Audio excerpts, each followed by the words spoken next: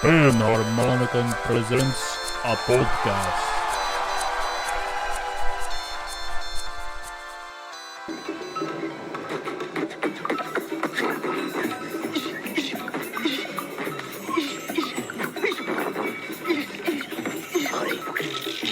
Grab it, pass it over.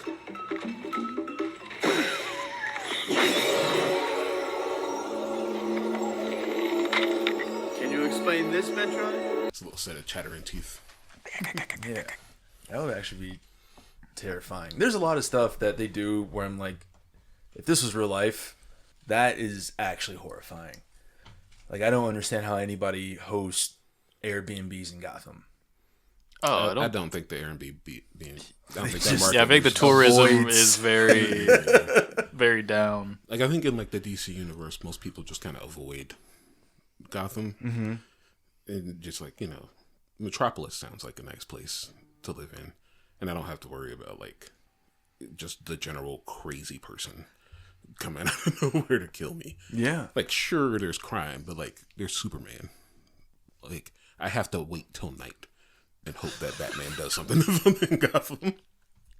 If Just 2 commit o'clock in the crimes. afternoon. Commit crimes in daylight. Like, maybe Robin will pop up Oh, because sure. it's daytime. Maybe. Yeah. So happy hour for Gotham is just jumping, and anything after that, like ladies, you know how they have those ladies getting in free like Yeah. promotions at clubs. Yeah, ladies' night. Everybody gets it free, y'all. Just please come after like 10 o'clock. We get no business. Welcome back, folks. Yet another episode of Panharmonicon Studios presents. A podcast. Have we been doing that? Like, I feel Been like I've doing been what? missing. Like, I know we've been doing intros, but I feel like we haven't done that raw Panharmonicon Studios presents. Ooh, a podcast? Yeah.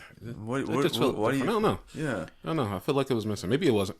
Feels like it was distant. Then I have to go back I'm gonna have to go back to the to. Panharmonicon historians. If you, I mean, the last couple episodes I've been doing animal noises because they were applicable, and I was trying to think of how to do a skate noise, and I don't think I can make that as a human being. So your mouth. yeah, so But thank you guys for tuning in to another episode. I am one of your hosts, Damon, I'm Andrew. you know, I'm fair. and for my people on YouTube, we do this every time. I'm gonna keep doing it. Give us a thumbs up if you like what you've been listening to. Give us a thumbs down if you have not. If you are, if you're kicking in with us and you're like, oh, I'm vibing, hit that subscription. It lets us know that our community is growing and that you guys continue to like what we put out. And if you are subscribed already and you haven't, if you just can do a favor for us, hit that notification bell. It just lets you know when we put out stuff, because we've got some stuff that's been out that normally is not out. And we'll have stuff in the future that will be, hopefully you'll like what's coming up. And from my Spotify peeps, if you can give us a follow. Would really, really appreciate a follow. And if you can for us, give us a rating 1 through 5. Let us know how you feel about what you've been listening to. The numerical value is how Spotify likes it. So in both cases, if you can drop a comment for us, letting us know how you've been feeling about us, as well as what you want to hear us go over. We just recently did Gus, which was a recommendation from one of our friends, Jason, who let us know that he expected our our reactions, which we do greatly appreciate. But he's given us more, and we would like to hear more from you guys. So if you can, let us know. Just drop a comment. Even if it's just hi. Yeah. Just drop a comment. Yeah. Say hi back. Yes, sir. And how have you guys been doing these past couple of weeks since we last hooked up? Oh. Pretty good. Pretty good. Yeah, you could definitely complain, but we're chugging along. We're chugging along. Really thinking about where to take the cookies, and expanding and doing some cakes, maybe. Whoa. Just getting my hands dirty with more sugar. See, What a phrase. Yeah, is that Is that It just seems like a tagline. No, just get my hands dirty with more sugar. Dirty, Thinking yeah. of that Dexter's Lab episode. I want to say it's sugar. It's the episode where he grows the beard, and him and Action Hank take down that like syndicate. And I think they're like smuggling sugar. Yeah. But maybe it's a euphemism for something. Yeah, obviously. Or a stand-in. Yeah. And I just remember like the dude with the chef set. He like cuts the Yes. with his, like, Yes. takes it. Dude, Action Hank. What a character. It makes me miss Dexter's Lab.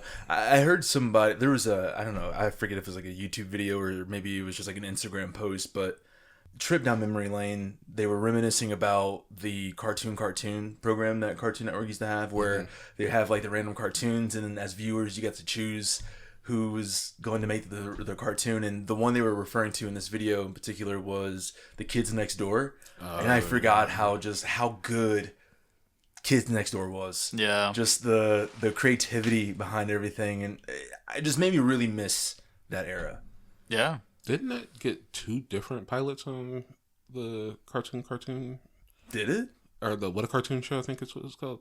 That I don't recall. So there's one. So there's the one that I think most people know, which is what's the pilot for Kids Next Door. Mm-hmm. But I believe there's a second one that came before it, and it has to do with like a scientist and a monkey. Oh.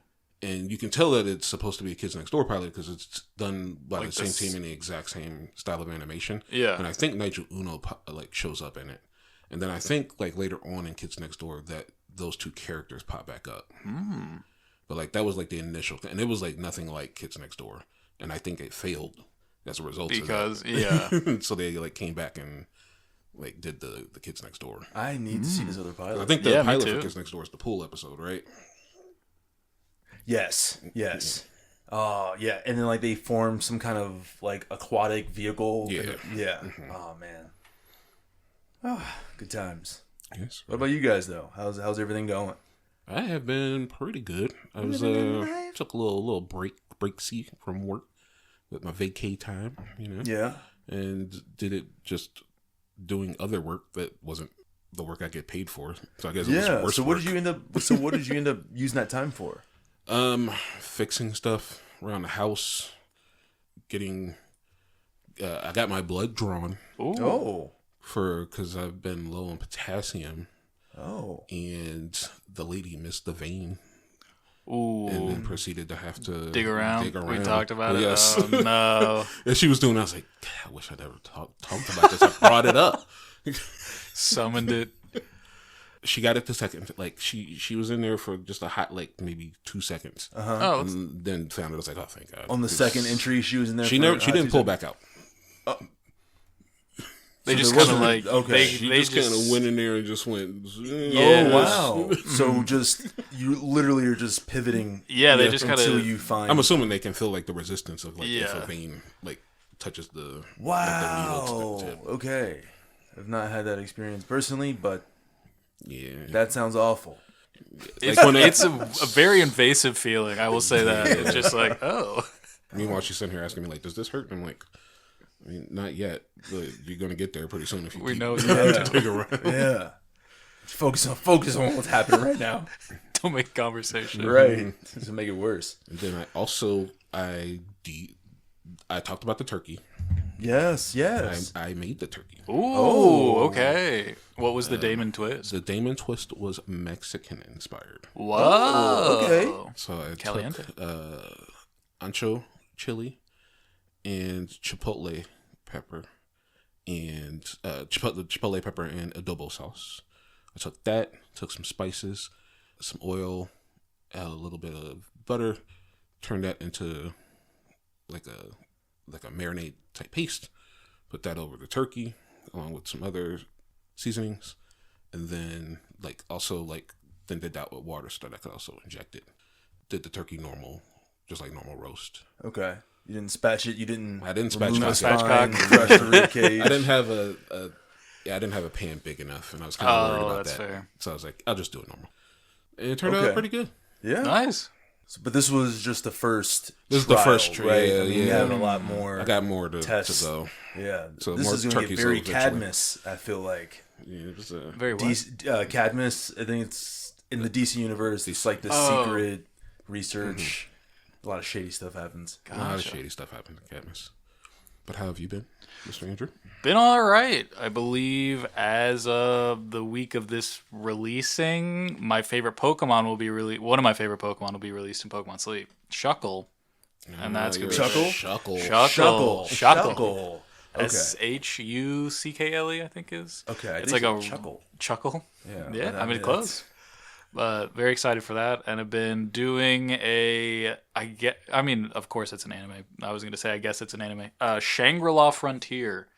It's been all right. It's been okay. I mean, Moore and I have watched 43 episodes of it at this point. It's just 2 seasons, but it's about. Do you know Ready Player One at all? Yeah. So it's like that, but the VR isn't like as all consuming. So it's like VR gaming is like happening, but like you feel it all. Like it's very like. So it's like selective Sword Art Online. Yeah. There you go. That's a better one. But it's like the gamer. They use a lot of gamer lingo because like that's the main character like plays all these bad VR games, and now he's coming to a AAA title. What's he gonna do? And then it's just like they seem to mash up like all the gamer lingo, like how there's like generational lingo, like it's just all in. They just kind of all roll it together. Okay. So it's I don't like it, but more it doesn't bother her as much. So I guess it's if.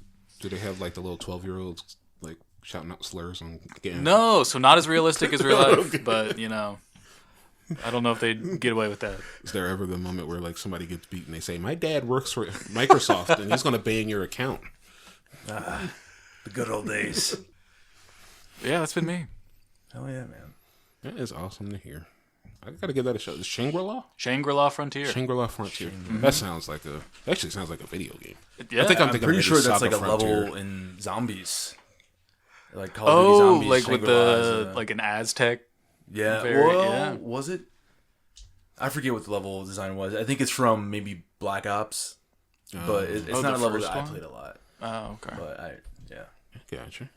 So I wanted to try something a little bit different today. For our brain teaser? Usually your brain teasers are ones that I pull directly from the Reddit. Is this a Damon of the original? same name. This is it's an original because we were given a recommendation from Avi on how to do something just a little bit different. Okay. So in this case, what I'm going to do, I kind of took his and like kind of twisted it just a little bit. And essentially what I did was I took his idea, which was give you guys a movie synopsis replacing the characters with more famous characters that their actor has done, because of the fact that like bad movie plots never give you the character names, because otherwise you would probably know what the movie was. Yeah. Or the actors for that matter.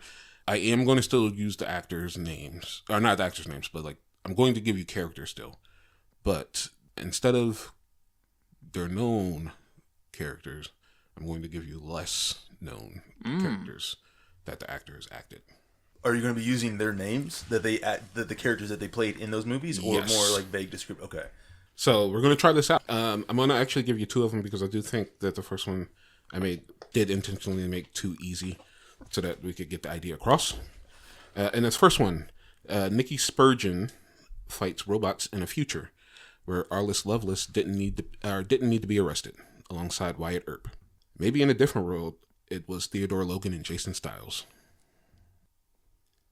I will admit none of those names registered for me. So this is going to be one of those. This is another Titanic situation, I think.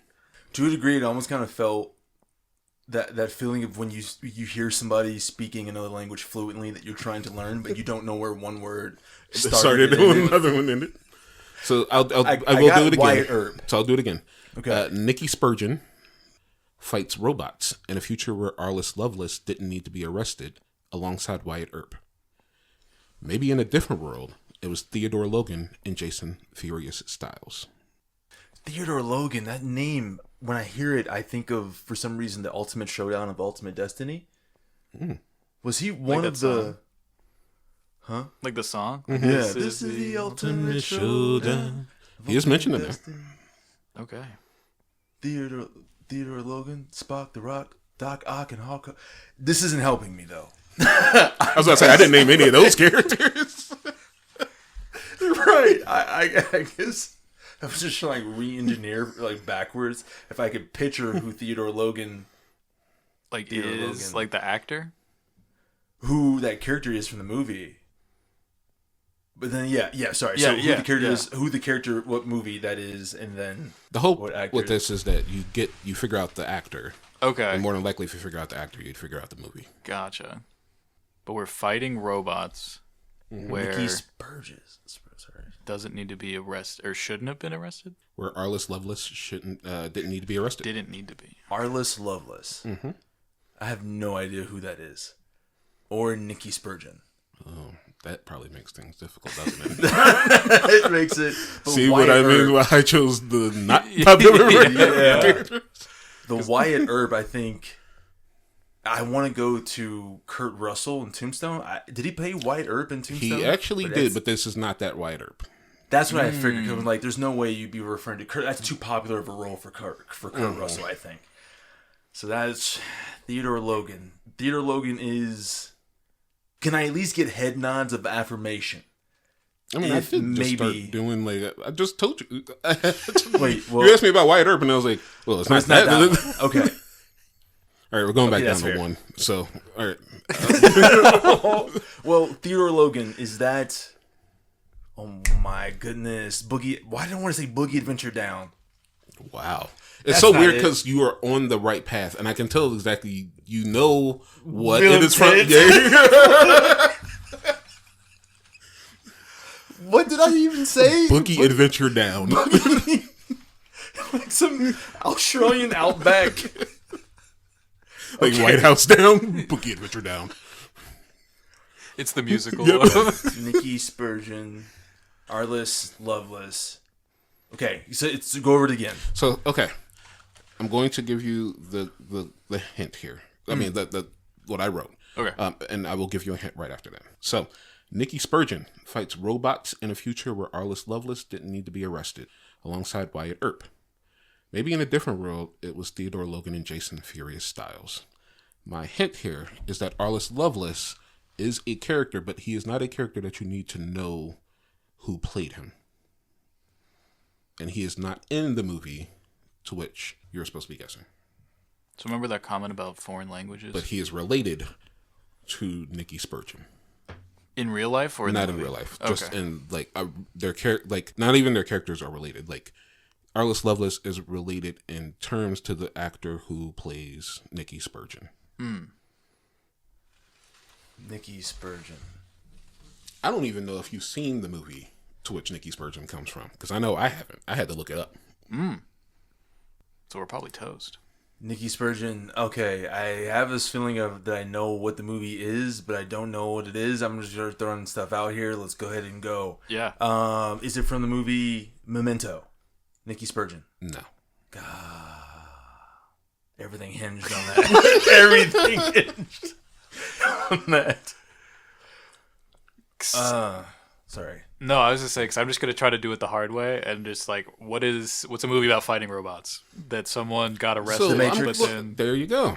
Whoa. I had Nice. this. The Yeah. weirdest thing is you had Theodore Logan, Yeah. and then I was like, I thought right So is off that you got Keanu? Theodore. Is Yes. that- Oh, because oh my Yeah. So it's like as soon as Yeah. you got Theodore Logan, I was Theodore. like, oh well, surely he now knows it's the Matrix. And then you started asking me about Memento, and so I was like, huh? I should have just went ahead and said it because that's where my heart was going to. But then I was thinking Nikki Spurgeon was maybe a character that I would say Catherine Zeta-Jones, dude. No, what is her name? Carrie-Anne Moss. Carrie-Anne Moss. Played in Memento because I'm pretty sure she was in Memento with Guy Pearce. So what about the Guy Pearce part of Meet You? Huh? What about Guy Pearce? Well, I'm just saying. I'm sorry. That is irrelevant. The fact that he was in Memento is. I thought something was hinging on like Guy Pearce if you like figured out a part of it. So Nikki Spurgeon is Will Smith's character from Focus. He was in that Matrix? he was supposed to be. That's why I said maybe in a different world, it was Theodore Logan and Jason Furious Styles. So who's Jason Furious?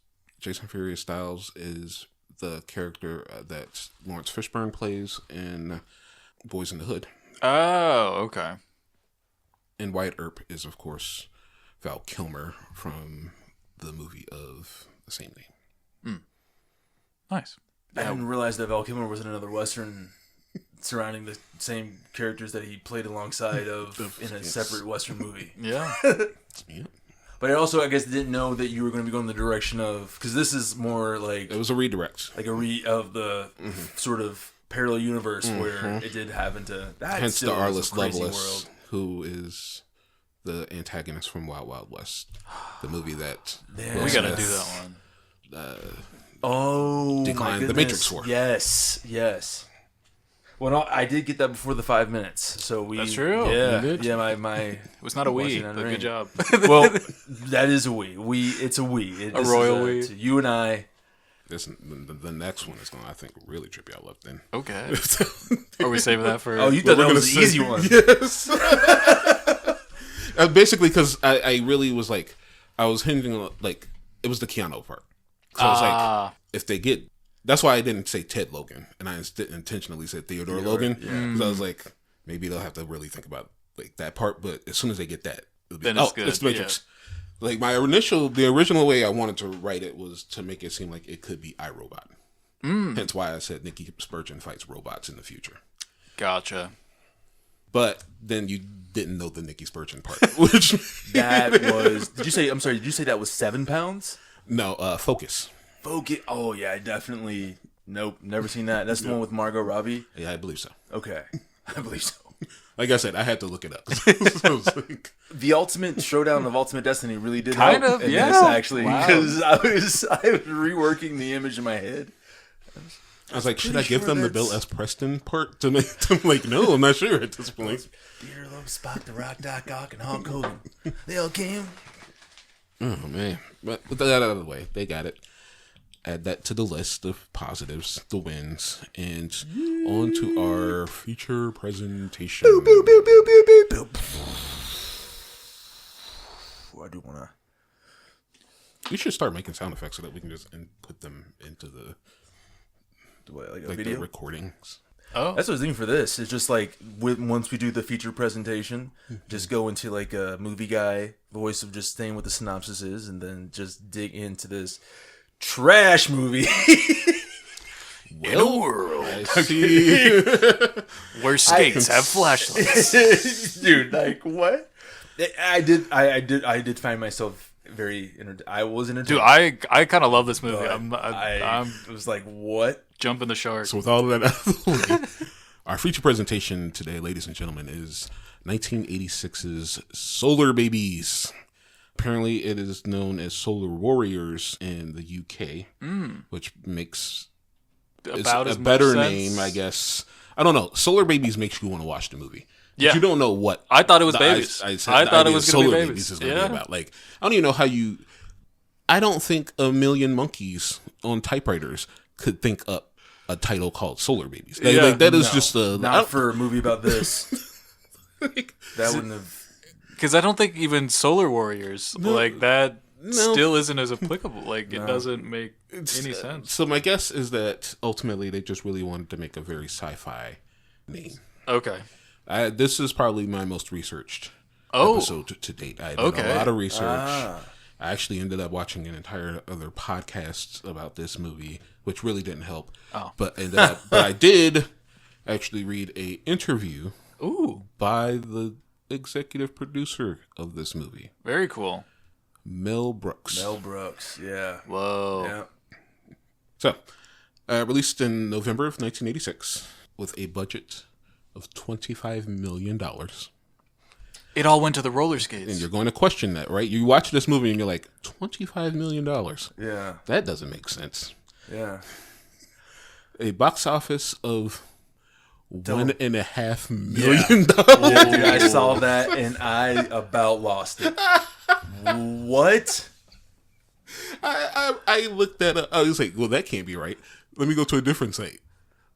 Okay, let me go to a different site. They all say $1.5 million. This can't be right. no. Something doesn't make sense here.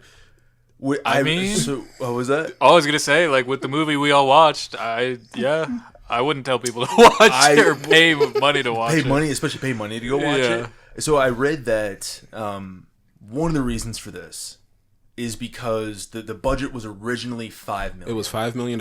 So And yeah, droughts and that's droughts. Actually, the opposite. the opposite It of a was drought, which is so funny.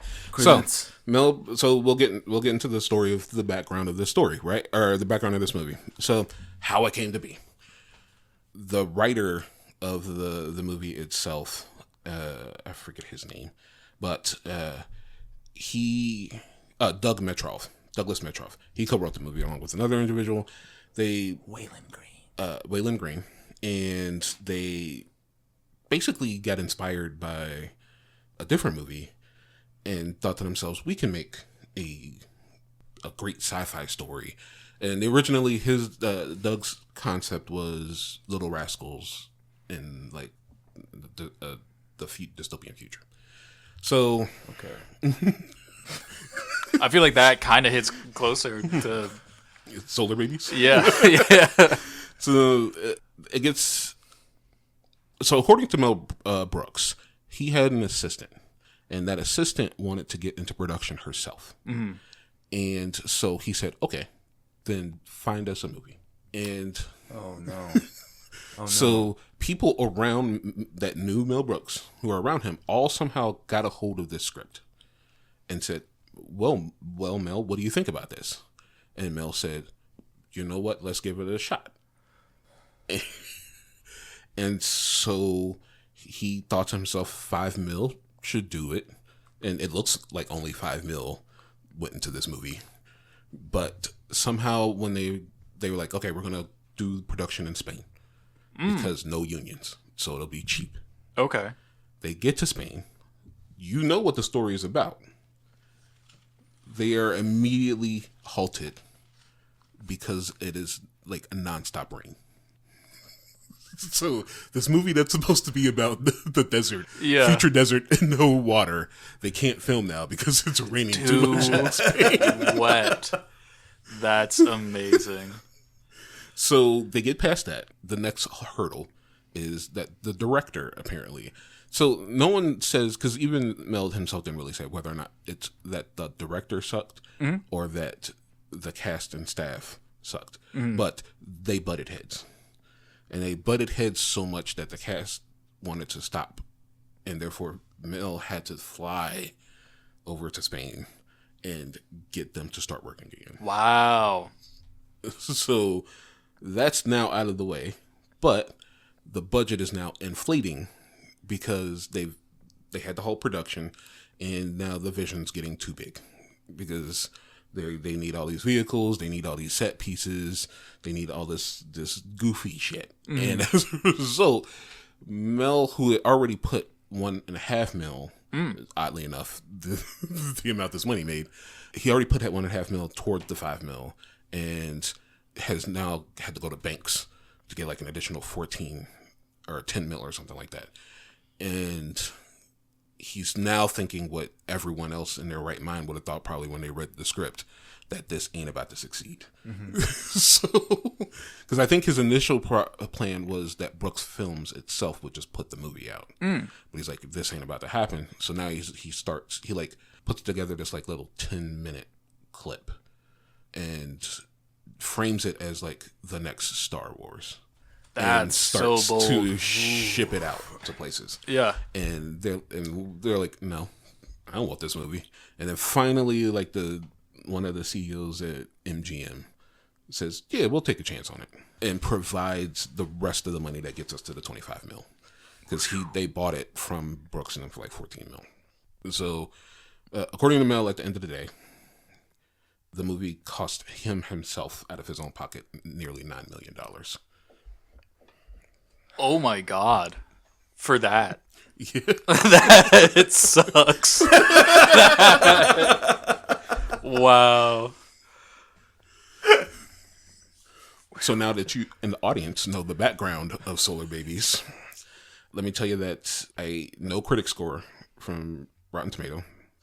We've been running into a few movies back to back that don't have critic Any scores. critic score? But 43% audience, 4.3 out of 10 on IMDb, so 43% again. Only 24% Metacritic score, and 2.6 out of 5 on Letterboxd. Movies that came out at this time. So, even if it were a okay movie, this movie would not have done well, just simply because of what came out around it. Crocodile Dundee, which was, I think, like maybe the top grossing movie of 1986. Yeah. Star Trek 4, American Tail. What? American Tail. What is that? Don Bluth movie. You ever heard of like Fievel? Feigl? Fievel. No, that made it worse. Oh, okay. So, An American Tail is a. You know about Don Bluth? Okay. So Don Bluth was an esteemed animator at Disney. But he wanted, and I will butcher this, so the historian, sorry, but like, essentially he kind of wanted more out of what he was doing and wanted more credit. So he broke away from Disney in the late 70s to create his own animation studio, Don Bluth Productions. So movies that you probably thought are Disney movies, because they were coming out like almost. So one of the interesting things about Don Bluth movies are that a number of his movies literally would come out the exact same month as Disney movies. Oh. So movies like An American Tail is one of it's a very well known Don Bluth movie. Secret of Nim is another Don Bluth movie. Oh, okay. And probably is most known is why am I blanking on it? Littlefoot and Gang. Littlefoot and Gang? Not the name of the movie, but Something Before Time. The Land Before Time. We got there. Like All Dogs Go to Heaven. These are all Don Bluth movies. Wow. Okay. This is just a random aside that I found today. The All Dogs Go to Heaven, the little girl that he says goodbye to Died. was She the was dog murdered is by her dad. yeah. And before the movie came out. It was before he had I haven't seen the movie, but before that dog, before he records his lines saying goodbye to that little girl, she is killed. Like, she records her lines and she's killed by her father. So then he is like saying goodbye to her, like literally in real life. Yes. Oh my god. Like, they had to get another like actress to like finish the role because she was murdered in the middle of it. Very sad tale. Just in a horribly soul-crushing movie too. And American Tail, to just make it a Transition. little lighter, it's a story about Fievel, a rodent, because they're all like okay. So the American Tail series does take place in like a world in which humans exist, but all the characters that are talking or doing anything are like animals. Gotcha. So it's about Fievel and his family moving from Europe to America, like by hijacking, like jumping on a boat via like the early mid 1800s. Dang. Okay. The sequel of it is American Tail Fievel Goes West, because they show up as Ellis Island in the first movie. Yeah. And then like head out west. Manifest Destiny. Yeah. Is it called Sixel? Did Sixel? Fievel? Oh, Fievel? No. Oh, I know what movie this is. Oh my goodness. All Dogs Go to Heaven or Fievel? I've actually never. What? Sorry, what Is it? American Tail? American Tail or Dogs Go to Heaven. Well, I've definitely heard of All Dogs Go to Heaven. I've not actually seen All Dogs Go to Heaven. American Tail, I have seen. But yeah, sorry, I pulled up the image on my phone. That mouse is very familiar. Yes. What a style. Yeah. Don Bluth also did the animation for Space Ace and the medieval and dragons. Not Dragon. Is it Dragon Quest? I think it's like a kind of almost an Arthurian thing. Yeah. What is the name of that? Stupid. Dragon's Lair. Dragon's Lair and Space Ace. He did the animations for. And then, along with American Tail, a very controversial movie got re-released in 1986, which was Song of the South. Disney's. Yikes. Yeah. It's funny because like I get why it has like the like people's opinion of it. Mm-hmm. Like if you really do watch it, there isn't true racism in it. It's a give and go. Right. It's a give and go. I'm not trying to be Uncle Tom and anything like that, but I'm just saying that like ultimately it isn't really about what people think it's about. 'Cause I think a lot of people think it's just like it's a movie about like white kids talking to like a slave who's not even a slave in the movie, but like they think they're like, oh, some white kids talking to a slave, and then like random Peter Rabbit interstitials happen. But that was the second to last re-release of that movie that happened before they just like vaulted it up and Disney evolved for good. Yeah, Way I'm pretty into sure that. it's involved for good. I think it may have gotten a home release recently. Whoa. Either that or it's on Disney Plus. I think it might be on Disney Plus. And they got that like one of those like, this is from a time, little like like blurb at the start. Yeah. Eee. Watch this at your own discretion. You may become a racist after watching it. Who knows? Yep. So you guys know we just talked about the background, and so Solar Babies. Solar Babies. Yeah. We were talking a little bit before we got in here about Solar Babies. You were. Yeah. So Say what you need to say, man. yeah, I want to know what you guys. No, Because- you say what you need to say because you No, got some explaining to do. Lucy. Oh, I got some explaining to do. So full frontal. I did choose this movie.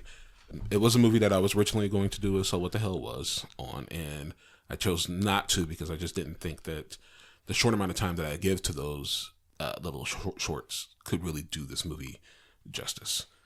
This movie didn't do this movie justice. This movie didn't. This movie, like you were saying, it does feel like it's like 4 movies in one. It does feel like it just couldn't really decide what it wanted to be. And I like if somebody told me it was like a Mac and Me situation where they were like writing it as they were going, I'd believe it. But no, apparently there was a full script, so much so that they were able to eventually get it to Mel Brooks. I did read something about that where apparently that part of the issue, because you had mentioned there being some friction with them. So I had read that, I think, I don't remember his first name, but his last name I think is Borman, was the original director before Alan Johnson took over, but that he was doing a lot of rewriting and tweaking of the script and basically shifting it. So it kind of seems like, hey, we have this and we're going to launch off this and produce this film, but he's making all of these changes midway. So much so, was that what caused a lot of the I friction have to between him and imagine the it crew? was like because the interview didn't go over that part. It just said that Mel just said that he came out there. Okay. But like I imagine that it probably had to do with that, just simply because you're given one direction and then all of a sudden you're now being given like a completely maybe a completely different direction. It's hard to tell with this movie, just simply because the movie can make sense. I feel like the movie just doesn't want to make sense. Yes. Yeah. And therefore, every time it starts to make sense, they're like, nope.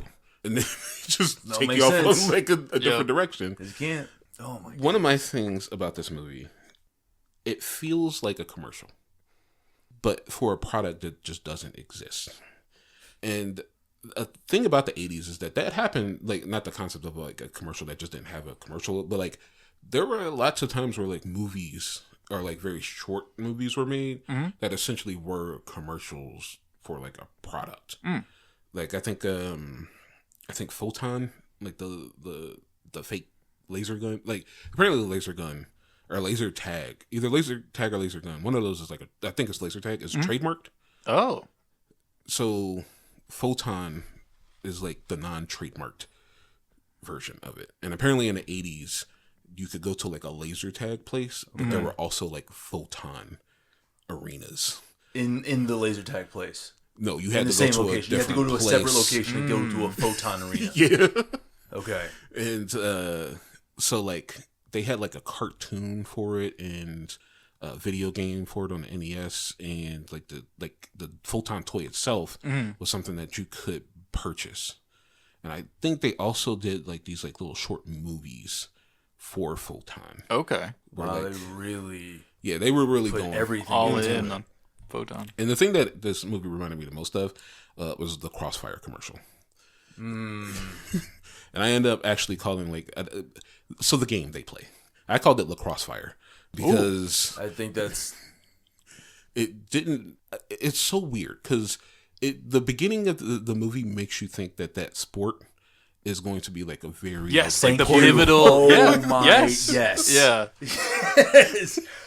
I didn't even think they were revving up towards playing a sport. Like I had no idea what was going on because they just showed Daniel and he's skating with.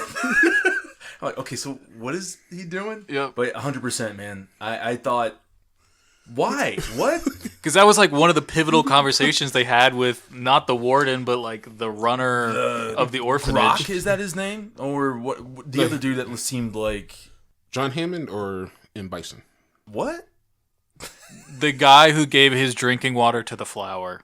Oh, the warden. The warden, Okay. yeah. I call him John Hammond because he doesn't look so much like John Hammond from Jurassic Park, but I think like the fact that he's like got all that yellow on, Okay. and he's like sweaty. Yeah. That makes sense. That's all it takes for you. Huh? I mean, Oh, whatever. You over there. I mean, his you're other yellow name and is sweaty. the warden. yeah. I don't think he gets a name. So, like, they talk about it. Yeah. And they have this whole, like, the game Yeah. happens. Yeah. And then that's it. And then they go skating in a warehouse. Like, that's the next thing that skating is involved with. And, like, they introduce Doesn't these, make like, the scorpions. Yes. And you think the scorpions are going to be, like, antagonists throughout the rest of the Yes. movie, but only one of them continues Yep. out throughout the movie. And I feel like there were more solar babies than the group that we are around. But I don't know what happened to the rest of them. What gives you the sense there's more solar babies? Was it a 5-on-5?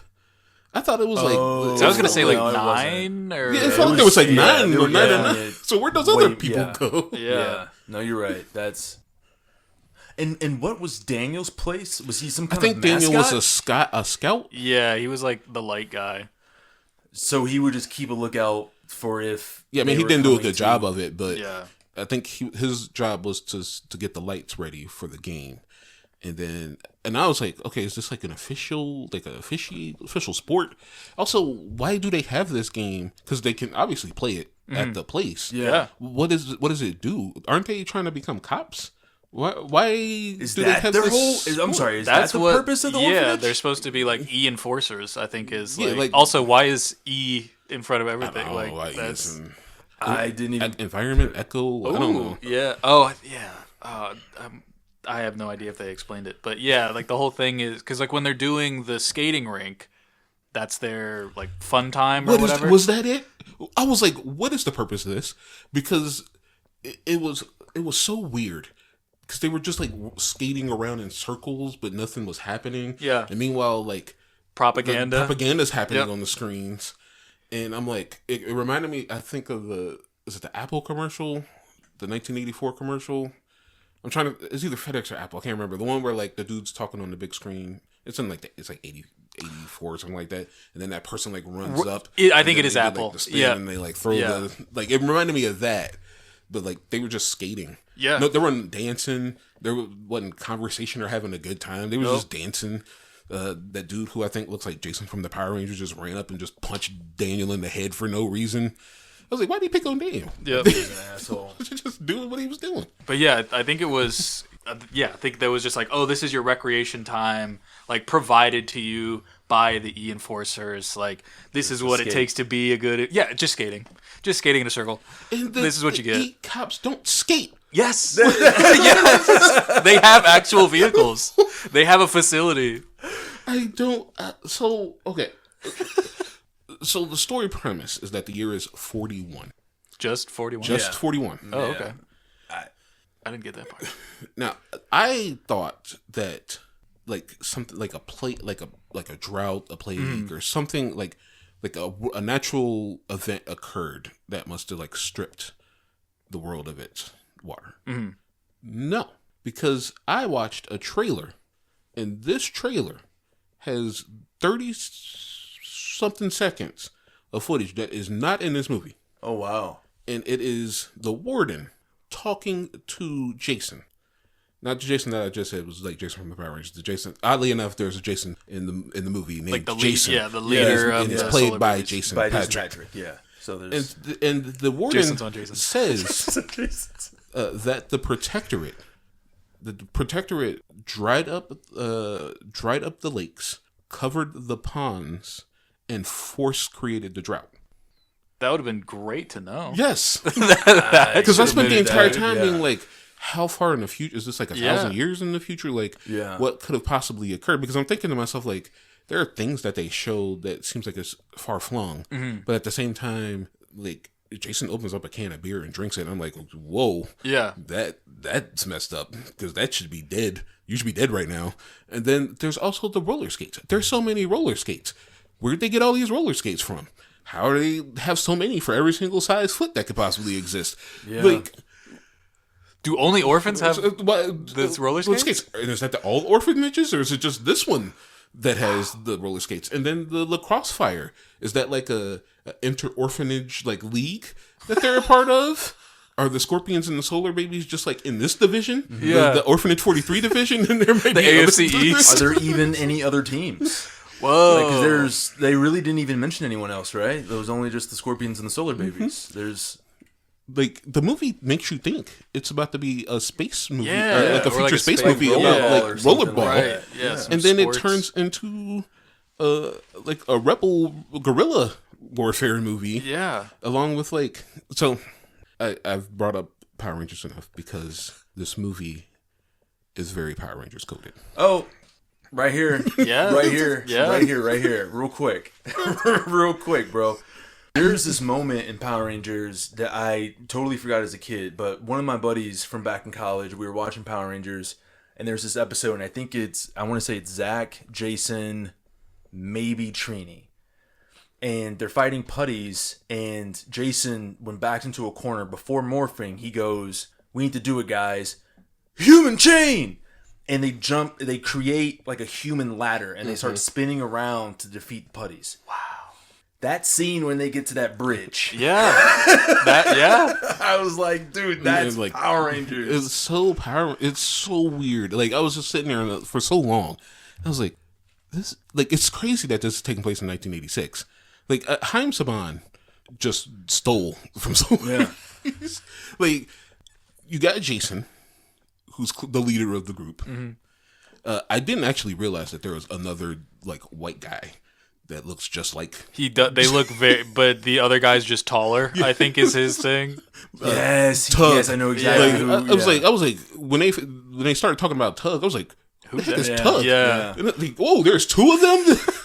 He did look eerily like him. Yeah. He was the guy who, during that one scene when they rollerblade they're- out with Bodai, he cracks Bodai with the baseball bat. He Yeah. home run Yeah. Bodai.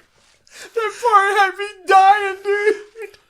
We haven't even talked about Bodai yet. That's That's true. how crazy this movie is. That there is an alien orb That cures that deafness cures deafness. in the first Because- 5 minutes.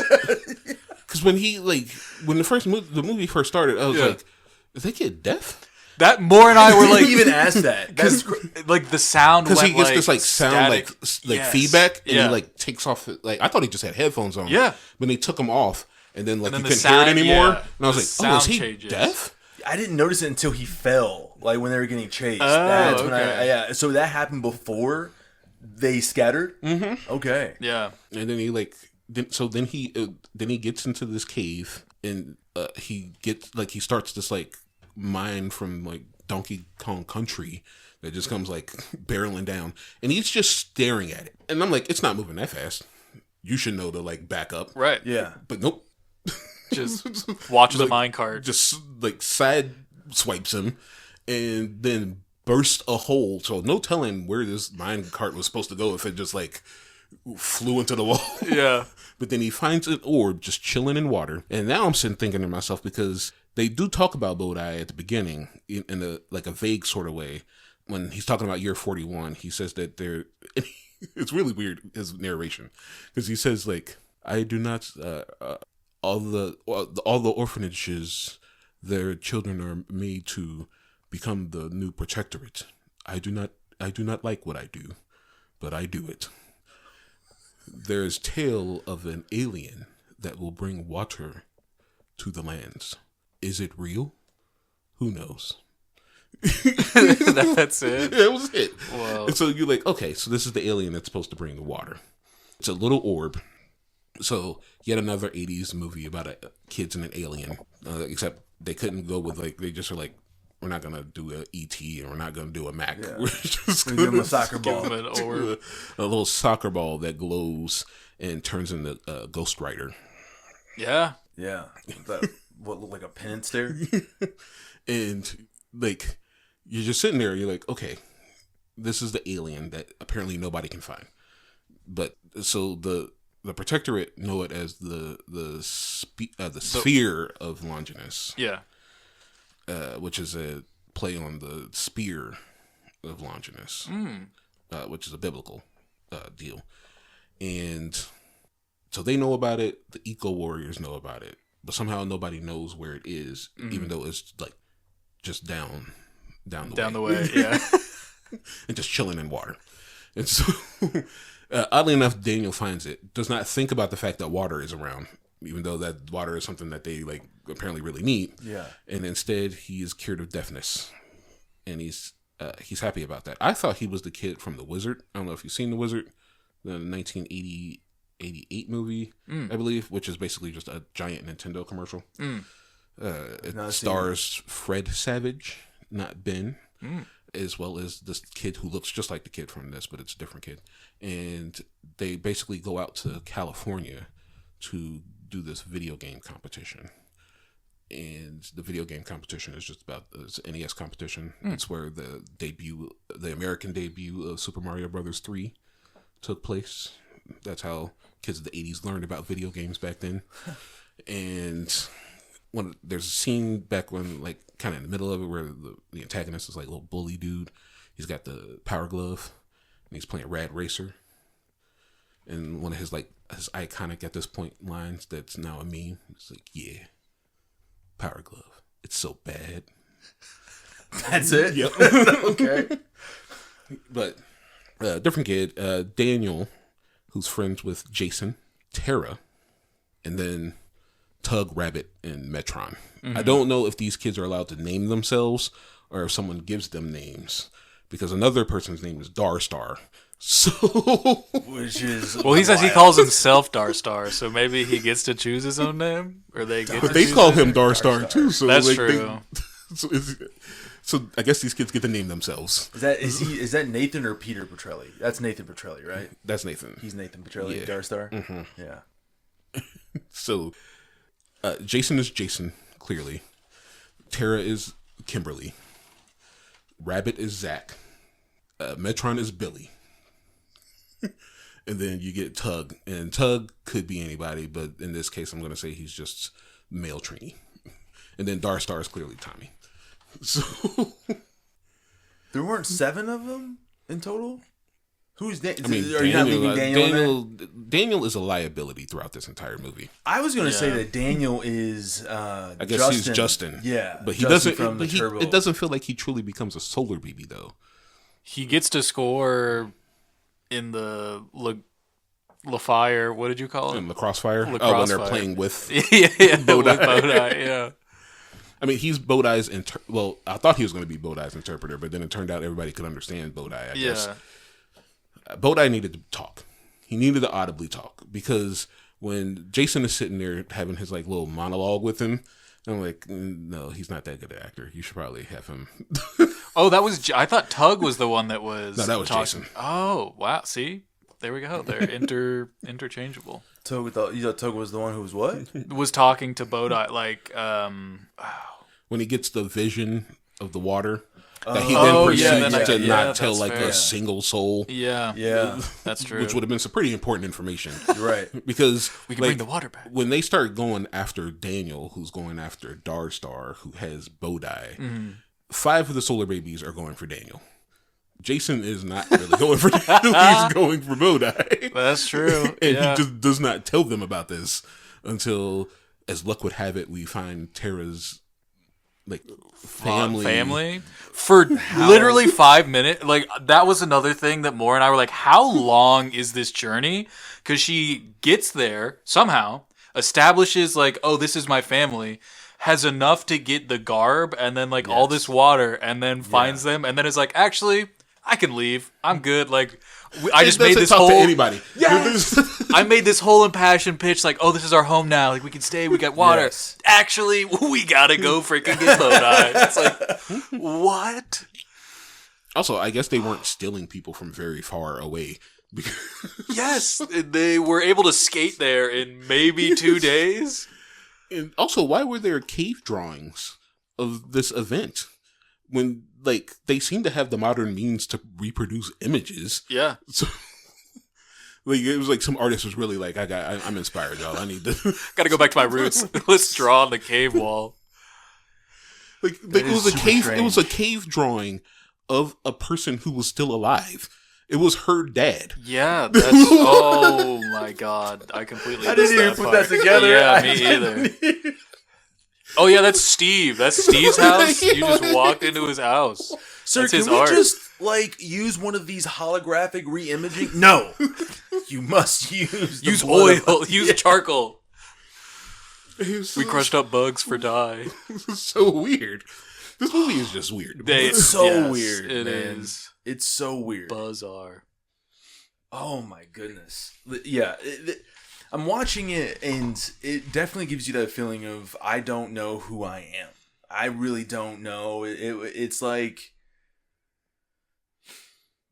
I don't know if you've ever seen the movie Identity.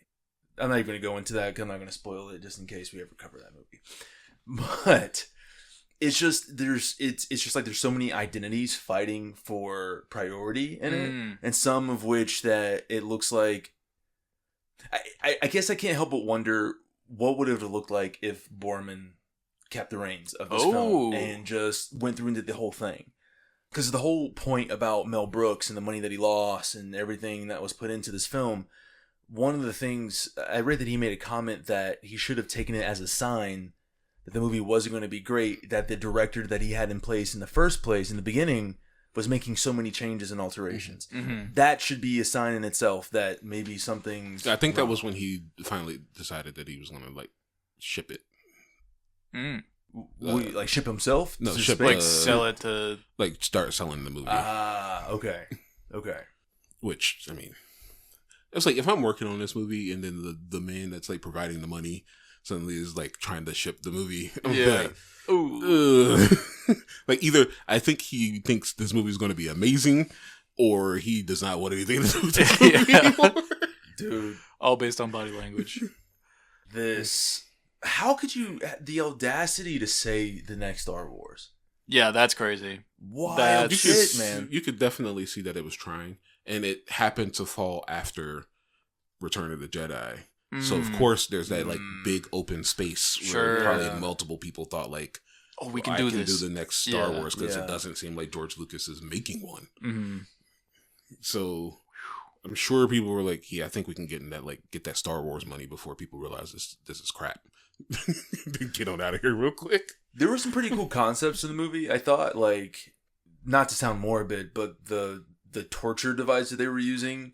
Because I legitimately thought that dude was crawling, a whole bunch of ants were crawling on him, and then it just fades away, or the flesh peeling away. It's so funny, because in my notes, I wrote, like, now why'd they take him all the way back there just to cover him in ants? They could have did that in the desert.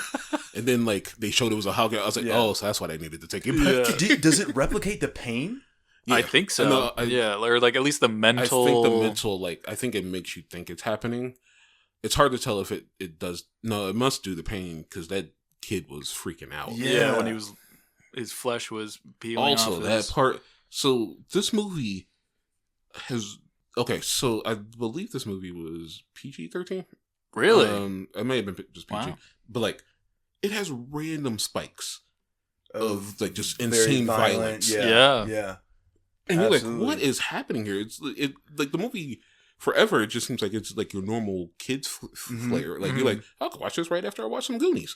And then, like, the next thing you know, like this kid's hand is like just deteriorating, like very realistically in front of you. You're like, whoa. And then it goes back to being sunshine, happy, and kid stuff.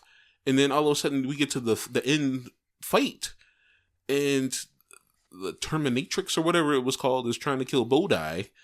Bodai looks like he's about to break at any moment. The kids show up. The lady who at this point I was like, I remember thinking to myself like, how much longer is this movie? Like, are they about to go into a new act? Like, we didn't already go through enough acts? A new act is approaching and new characters are being introduced? Yeah. So this lady who just is introduced in like the back third of the movie is just like kind of doing stuff, kind of not doing stuff. And then all of a sudden she goes to do something to Daniel. Her hands just catch fire. Yeah. She screams and backs up and then starts getting electrocuted. I'm like, what is happening? And then Grok, was that his name? I called him Bison. Yeah. I think in Bison works Hitler, as well. fascist man. Yeah, like all whatever. of those apply. Whatever you All want to those pick. apply. Like, he's trying to like fuck shit up, and then all of a sudden the Terminatrix just grabs him and just starts killing him. Right. Which is, it's so confusing because it's like, is that something that is pre-programmed into you, Mr. Robot? It was programmed to feel pleasure from pain. Yeah. From giving pain. I didn't pick up on that. Yeah. Okay, so it was feeling pleasure that entire time. It grabbed him by the arm. I thought it was going to chop his arm off. I thought that arm was coming off. Me too. But then I didn't realize that it had been kind of just sort of peeling the flesh away from his face, though. Apparently, Yeah, the other hand came up. I guess it must have it gave so up the. Like one of them had like a Phillips screwdriver. Like, but I thought that was like in its like torso because it was a Phillips screwdriver torso. It was like because it was like, oh, he picked the diamond studded driller. Like, what a fantastic instrument! Right. Yeah, dude. Like, and then it just Home like Depot or something. Yes. This is what you also need to do. love that he has like multiple different things he can use, but he's allowed to choose the ones that he can use, and they're just sitting there like, "Ooh, yes, no human intervention recommendations at all." Clap. Yeah, like, oh, excellent choice, sir. It's like you're watching somebody golf. Yeah. Oh, he pulled out the 9-iron. Oh, I swear they said that he was so methodic that he could, or so precise that he could pull the eye out of a bird. Yeah, I think it was something. Yeah. Or did they clarify if that was mid-flight? Because that would be insane. He didn't. I'm going to say he didn't look like he could do that. Yeah, that robot, the way he was designed. moving. Yeah, my goodness. In fact, I didn't even realize it had a head until they like said aim for the head and knocked it off. Started smacking on the eye stalks. Yeah, the camera. I was like, this just looks like arms. That's all I thought. When it was introduced on screen, it gave me feels of like Rocky 4 when there was that scene of when did Rocky 4 come out? 80. Was that the after? same year? Ooh. Oh boy. Good question. Talking about the Hello Polly. Yeah, when they introduced that scene was so weird, but when it came out, it seemed came out the year before in 1985. There you go. They might have ripped off Rocky. Because it was, do you know what I mean? The way that it came on, like into the shot, it was almost kind of like it was an episode of like The Price is Right, where they're introducing this item and you're about to bid on it. Because that's what it felt like in Rocky 4. It's just, hey, we have all this money, let's just buy all of this useless, like these new tech trinkets. Yeah, and just put it on screen. Yeah, tax write-off. And here's giant robot surgery man with a diamond drill bit. He takes pleasure in his work. Ooh. Bidding will start at 100 million. I feel like if the movie had gone on longer, that would have happened. They'd have been auctioning off the. Yeah. Probably, man. Just another pivot. It was like they didn't want to end it. They just kept introducing new elements. Like why they introduce the dogs? The dogs they barely came into play. And they're like, let's just introduce these like dangerous, these like Dobermans that attack on sight. But also have lamps on their they gotta heads. have their lamps on their heads. They gotta be able to see when they start chasing you. And if you got the lamps on your roller skates. Why do they not have lamps on their heads? Like imagine you only have you only have flashlights on your skates. Yeah. So you can only see where you're skating, but if you had to look around, you heard a noise in the darkness and the void. You just gotta stick No, your you just foot. better start. You better start. You gotta Put your one foot out roll. like this. I mean, you're on roller skates. Why would you be stopping? That's true. If anything, I'm about to pick up speed if I start. Something. You can jump a whole bridge. So, you know. Also, I love the fact He doesn't buy that his own Jason He didn't does. because Yeah. he's the leader of the Yes. team. And then the two people on motorcycles, they just one bailed. I don't know what they couldn't. I don't know why they didn't just shoot. They got guns. Yeah. They had, And they were taking forever. They gained no momentum spinning around in a circle. They could have. they had so long to catch up. Forward momentum or not, do you think that there are actually people on this planet that could jump better and farther in roller skates than they could without those? Like while just wearing a regular pair of like New Balances. You mean maybe like a triple jumper? You think that a triple jumper, I think the if triple you jumper put could have skates jumped on that. them, if you put skates on them, they could. I'm saying like to do it better. They would do Oh, worse. to increase. Because yeah, that's my thing. I would have never had the one. I'm not doing that. Two, I even like roller skating. Am I roller skating through a post-apocalyptic dystopian future? Probably not. Am I going to try to keep my skates on to cover a giant gap in a bridge that could kill me if I fall in between? Probably not. Probably going to put on some regular shoes, dude, and make that jump. Maybe I don't know. Like forward momentum probably could send you further. I don't know if the problem is they didn't film it very well to see if there was like a difference in elevation between the two sides of the bridge. It felt Or like if they- there I thought it was was like pretty similar. Or like if there was maybe a little mini ramp that we couldn't see that they were vaulting off of. I didn't see no mini ramp. Yeah, I thought it was I mean, just we don't see a lot. There's a lot of convenience. I mean, there's the whole convenience in the fact that they're somehow able to get everywhere on skates. Yeah, Never once yes. do they have to Yeah. take the skates off to start walking Yeah. around. And then one thing that I guess just goofiness that I wanted to point out because I saw it in the moment when Megatron or whatever the guys with the glasses, Metron, thank you. When he vaults, Dude, he loses his vaults. skates. He does. He lost there's those no. skates. He comes in on skates. Yeah. He vaults the vaulter, no No skates. skates. And then he Lands- lands skates. Lands with Oh my skates. goodness! I did not notice that in the shot when he's going over the my fence. God. But that whole sequence was this is insane. Yep. I'm sorry. Even something like that. Like, for one, who is catapulting themselves using that with rollerblades? I wouldn't do it with my feet. Yeah. You could have just 100%, climbed. 100%. But then also to fall from that height Yes. while wearing rollerblades and then Just like, landing on ankles. concrete. yes, Yeah, dude, done. ankles are gone. Knees. You're Yeah. done. I don't care that you're 16. There are no ankles left. No. Dust.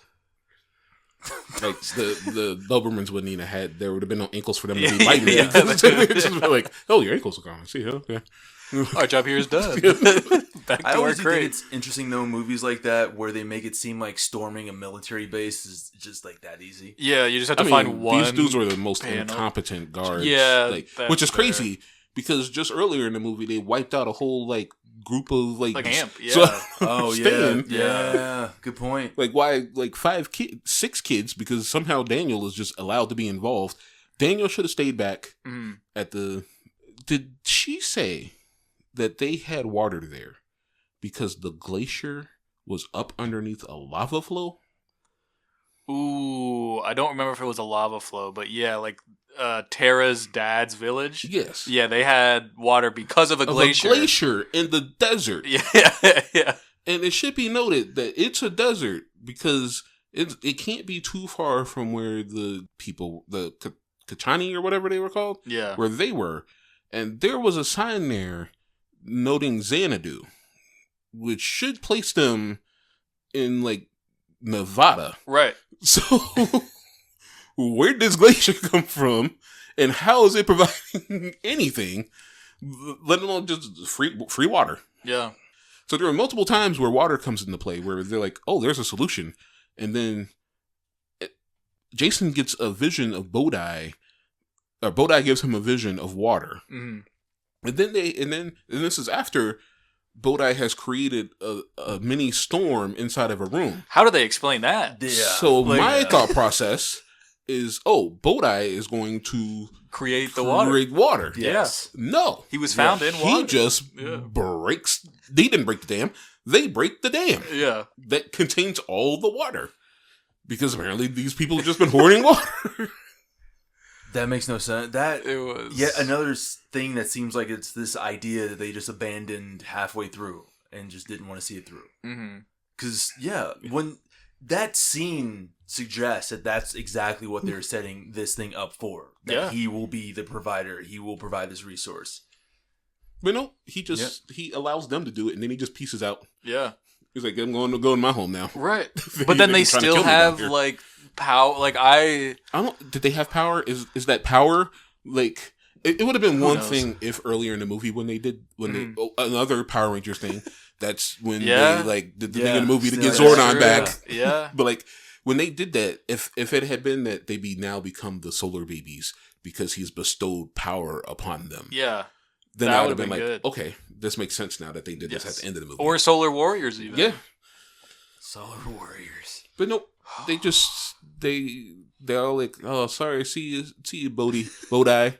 I'm sorry, you call him Bodai, but Rabbit calls him Bodhi. Yeah. The only one apparently who they don't. I mean, Also, this is the future. I'm assuming. Why does Rabbit breakdance and beatbox? And is the only one that seemingly does this. Well, if we look at him versus all the other characters, I hate to say it, but who else is going to do it? Tara? Exactly. But apparently she's like, well, her dad's white. So I was going to say, like, she's maybe, like, supposed to be, like, Arabian or something. Like, whatever that is. I have no idea. Because I recognize that actress. Jamie Gertz. Yeah, Yeah. because I've seen her in other stuff. And, I was curious, like, where are they going to go with I guess... But yet another idea that was unfulfilled. Like another thing that just was not. It was just when she showed up in the garb. I was like, "Is that the Moonlight Knight from Sailor Moon?" What was happening here? I didn't even realize it was her until she started. Like they showed her closer up. I was like, "Oh, that's Tara." Yeah, because when they're in the tire factory, I thought she got kidnapped. Right. Yeah. By I thought the protectorate got her. Right. Yeah. Nope. But nope, it was another her people. Another hairy forearm, like just kind of come through the window. Yeah. Also, like Darstar doesn't like. They just snatched him up and they just put him in a cage. Yeah, no food, no water. Like he's very lucky that they came across him. Yeah, he would have died in the flood that happened when the dam broke. But he also had his skates on. He did. He was ready. He had his skates on at the beginning when he had the owl. He rolled up on the skates and then he was like, "To me, my owl." That was so. They're like, this scene's not done yet. This shot's not done yet. I feel like they were like, "Put an owl." He's the Birdman. Let's give him these birds. But then you see this man summon crows, and then you say, "No, he's not magic." What did you think that is? Then he drew a circle and he drew a symbol in the dirt, and then birds came. Birds just appeared. Yeah, and they were just chilling with him, and and then it's just like being nice. And then the old bully just came up, like, "Get these out of here!" And then he shot the owl later on. I was like, it was hyped, dude. He was like, that was his best day. And then everyone but Darstar proceeds to have like the most like the little burial that they give this owl. That they just know it as Darstar's owl. Yeah. And I'm super surprised that they even found it because he just tossed it in the wreckage. Yeah. After he just whipped it around. Yeah. And that dude went right over to. He's like, "Guys, I got it's his house." But also, wasn't Darstar just like over the next dune? He was just watching. Like, why would you go bury your own owl? He's like, "Thank you for doing that. All right, so I'm going to the entire world." Yeah, let me pull off the birding glove and just set it here and then walk away. It's funny because he didn't look necessarily sad so much as he just looked disappointed. He did. Like, I don't have an owl anymore. Fuck, dude. Oh, man. That was my whole personality. Yeah. I was the bird. It really was. It really was. He did lose a lot of his personality after. Like, he gave up after pretty much, like, after that part. Like, they found him at, like, Tire World, and he was like, here. Tire World? Yeah, I mean, that's... Also, how long he had a job? How long had he been there? Like, what's The time passes so crazy in this movie. makes no because it seems like a day happens. Oh my god! It's that year 41.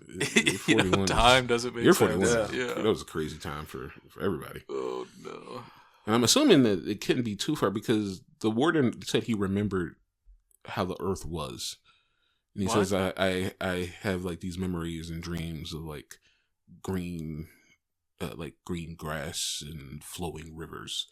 So like, it hasn't been that long. Yeah, it's been maybe 40 years, depending on how old. I don't he know. is. This one, like, it's 41 the year, like, Oh, after, like, yeah, is it the- 41 like years that's after. a year after some AEW? cataclysmic event. Yeah, That's what after water? Yeah, that's how I interpreted it. Like, Yeah, that makes sense. Yeah. Gee whiz. Also, Well, the theme song. So I was very surprised that this movie had a theme song because the movie is just playing like normal background music for like so long, and then just randomly a song picks up that has like lyrics in it, and I was like, "This movie got why's a song with lyrics suddenly playing?" And I was like, I kind of remember, like I kind of recognize the singer, but I'm not sure what's happening. But then like the song starts to play again at the credits, and that's when they reveal that it's the theme song of the Solar Babies. the Solar Babies, and it's performed and written by Smokey Robinson, of all people. What? What? Like, I don't know. I don't know how they got him, but Dude, that's where $9 million I was about to say. of Mel Brooks' money went. What the hell? but yeah, that's the Solar Babies. Oh, well, about that time. It Yeah, is. the other theme song. Mhm. Really gotta get some instruments or like a little jingle. Yeah, or something I've been- like a. yeah. Oh yeah. I've just been slacking. I've been. No, I've I been know, wanting yeah. to. Yeah. All good. Thought you like, I've been cooking. Something up. How many Panharmonicons does this get? How many Panharmonicons does this get? How many Panharmonicons does this get? Andrew, spit. I'm gonna go with 3.5. It was one of those where, and it all hinges on one video game, Jet Set Radio Future, and it's just youths on skates, and I think that's where I was like, okay, I can deal with whatever this is, and I think that it really Jet Set hinges Radio on that Future. Jet Set Radio, because I kind of want to live in a world where I could just skate everywhere. That would be sick. Even if The you post-apocalyptic couldn't drink part. any water to. No, that'd be bad. I would want water, but I'm just been dreaming of public transportation Yeah. or a walkable city. I love the ability So, to roller skate everywhere, but I will not give up all the water. For You rollers. can have my roller skates. I'll keep the water. Fair. I gotta go with a 0. I that's can't fair. give any Panharmonicons. But again, still found that it's just so weird and strange. It is a fun watch, but just so many. It doesn't know what it wants to be. Mm-hmm. So it doesn't really have the confidence to stand on any like one thing or to see something through. It's everything everywhere all at once. Whoa. 36 But not the years, movie. But not the or movie. however many years I guess that is, but 37 years, I guess, before It came out last year. 37 didn't it? years. I think 2023, Oh, it was two. maybe 2022. Didn't Solar Babies come out in the 80s? Yeah, He's talking about, I was So, talking like, about 30 everything everywhere all at once. yeah. Is it the name of a movie that came out a few years ago Yeah. with like, yeah. But I thought it was in the... anyway, I was We were trying to- being a we were stickler Trying to on do like math. the math of The math like of from the- 1986 to 2022, 23 would be like 36, 37 Oh, years. sure. Yeah, I guess it wouldn't be a full 40. Yeah. You? And then Dame. So, 2.5 out of 5 Panharmonicons for me. I don't know if you, the listener, have come to realize what has been happening, but this month has been bad movie month. We have intentionally chosen the movies that we have watched, and this is the first out of the movies so far that somehow has gone from being so bad that it is good. Yeah.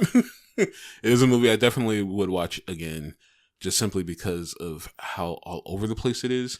It's a movie. It's one of those movies that you want to be able to introduce to people. Yeah, or just like rewatch it to find all these details of like, oh, that's when they said this thing. Yeah, and it's such a little weird movie, and it has this like history that like a lot of other kind of like bad movies just don't have, because most bad movies are out to kind of be bad movies. And this one you could tell no one wanted it to be bad, but it just couldn't not be.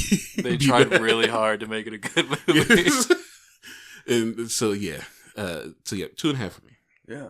It's an entertaining watch, and it is one of those that I would definitely watch again. But good grief, like I can't tell you the number of times I rewound to see that dude smash Bodai. It just came out of nowhere. And the fact that he would even think to do that to something that they have already realized and pinpointed is kind so of a precious sentient entity. Yeah, that too. And then it's like, oh, he wants to play. It's like, how? So that you like to be held, so you just like physical contact, but then you're kind of a freak because you like to get hit. Like, they were all being like, "Be careful with him, be careful," yes, because he looks like a glass ball. And then it's like they forgot at that point. And then Tug was just like, "Kuraga." And they're like, "Oh, that's not good." Oh goodness! But then he like and so now you bring up a good point. He can he can turn into to nothing. So why did he just allow the Terminatrix or whatever it was to just hold him down and like? Because I think it was the weird scientist lady. Like it was like the table was able to contain it. Because like that was I forgot about that part. Because he was just like, ask for that part. Yeah, like could this contain the spirit of Londoners? Which they just decided it could, which is weird. Yeah, they're just like, oh yeah, I think so. Like I didn't know they knew all the Bodais. Like, right. They had like the power chart set out for him. Like, oh yeah, got that. But that's what we think about Solar Babies. Yes. What do you think about Solar Babies? Let us know in the comments below, and if you can, for us on Spotify, give us a rating of 1 through 5 on what you thought about our episode on Solar Babies, and if you can give us a follow as well, that'd be greatly appreciated.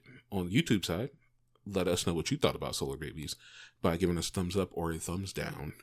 And hit that subscribe button. Get to get a little bit more of the boys. See what's happening over here at Panharmonicon Studios. As well as hit that notification bell button if you are already subscribed so that you can know when more goodness is headed your way. And as for the boys over here at Panharmonicon Studios, this has been Damon. This is Andrew. And this has been Farron. And thank you guys for listening to yet another episode of Panharmonicon Studios Presents Cacao, a podcast. Solar Babies. Solar Babies. So what the hell was? I gotta remember to put in that sound effect of him cracking Bodai right there.